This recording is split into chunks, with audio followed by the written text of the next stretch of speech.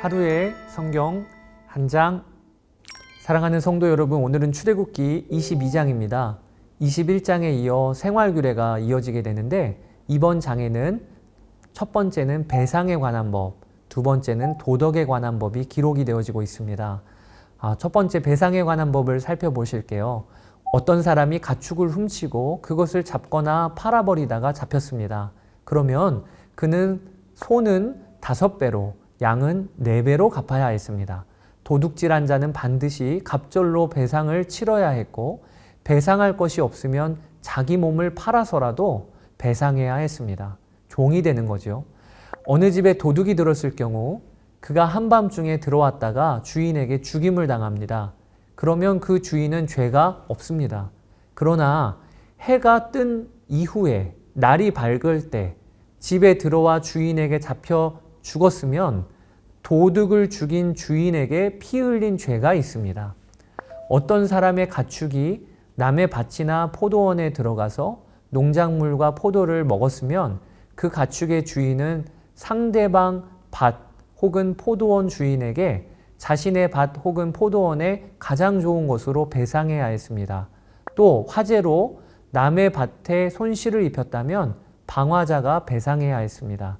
7절에서 9절은 아주 특수한 상황을 전제로 하게 됩니다. 어떤 사람이 돈이나 물품을 이웃에게 맡겼는데 그 이웃집에 도둑이 들어 그것을 잃어버린 경우입니다.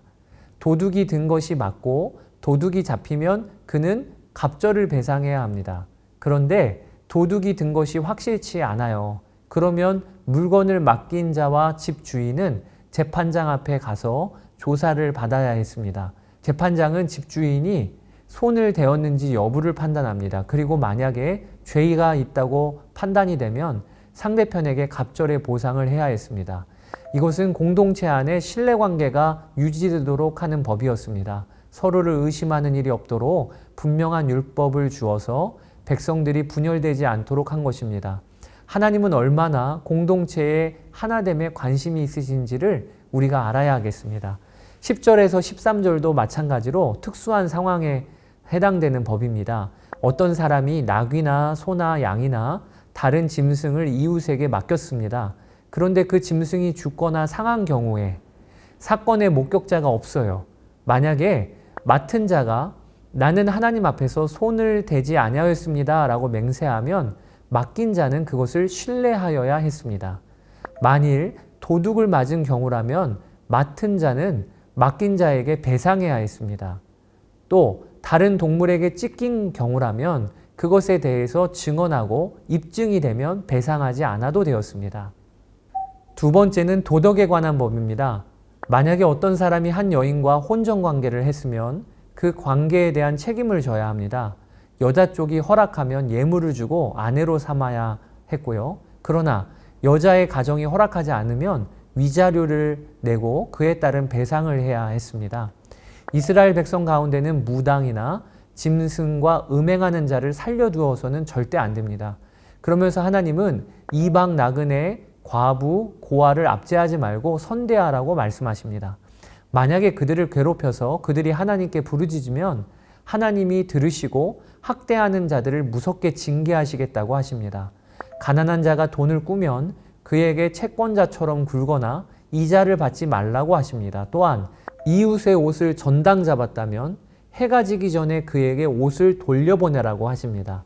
하나님은 이처럼 약자들에 대한 관심을 그분의 백성들이 갖기를 원하셨습니다. 이것은 약자들이 특별해서가 아니에요. 성경은 어디에서도 나그네, 과부, 고아 그 자체가 특별하다고 언급하지는 않습니다.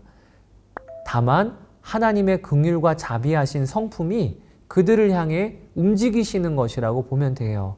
그리스도인은 이 하나님의 마음을 품은 자들인 것이지요. 하나님의 백성은 재판장을 모독하거나 지도자를 저주해서는 안 됩니다. 또 하나님께 드리는 예물에 대해서는 인색하지 말라고 하십니다.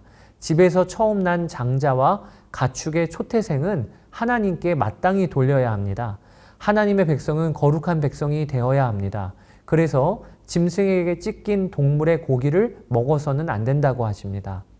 21장부터 이어지는 생활규례를 읽어보면서 우리는 하나님이 얼마나 우리의 소소한 삶의 자리까지 관심이 많으신가, 이것을 알게 됩니다. 저는 여기서 재미있는 상상을 해봅니다. 여러분, 하나님이 시내산에 웅장하게 임하신 분 아닙니까? 나팔 소리가 천지를 울리고 구름 사이에서 불이 번쩍번쩍 거렸습니다. 그러니까 시내산에 임재하신 하나님의 스케일은 얼마나 크신가요? 그분은 얼마나 위대하고 놀라우신가요? 그런데 그런 하나님이 모세를 불러서 말씀을 주시기를, 너는 밭에서 짐승을 먹이다가 그 짐승을 놓쳐 그 짐승이 다른 밭에 들어가 곡식을 먹으면 그러면 이렇게 해라, 이런 식으로 말씀하고 계신 거예요. 저는 참으로 크신 하나님이 백성들의 생활 규례를 말씀하시는 이 본문을 보면서 마음이 뭉클해져요. 마치 우리나라 대통령이 허름한 동네 슈퍼에 앉아서 컵라면 하나 먹는 것을 보았다면 그때 느끼는 감정이랄까요? 저런 높은 분이 나와 눈높이를 같이 하시는구나. 지금 하나님의 모습이 꼭 그와 같다는 생각이 드는 거예요. 우리와 눈높이를 맞추시는 하나님. 그래서 우리의 소소한 삶의 문제에 지극히 관심을 갖고 계신 하나님. 사랑하는 여러분, 출애굽기 21장에서 23장의 생활규례를 읽으시면서 아우 복잡해, 따분해, 이럴 것이 아닙니다. 자신의 백성들을 세심히 살피고 그들의 삶의 작은 것까지도 관심이 많으신 하나님을 생각하면서 우리가 이 부분을 읽어야 하겠습니다. 그러면 우리 모두 하나님은 참 좋은 분이야, 이 결론이 날 거예요. 하나님은 두려울 정도로 광대하시지만 동시에 우리에게 친구와 같은 분, 좋은 아빠 같은 분, 잔소리 많은 엄마 같으신 분이세요. 세상에 어디 이런 신이 있으신가요? 여호와 하나님 같은 분이 또 누구인가요? 왕이신 하나님, 내 머리털까지 세시는 하나님, 그 하나님을 모시고 오늘 하루 사시는 여러분 되시기를 주의 이름으로 축복합니다. 감사합니다.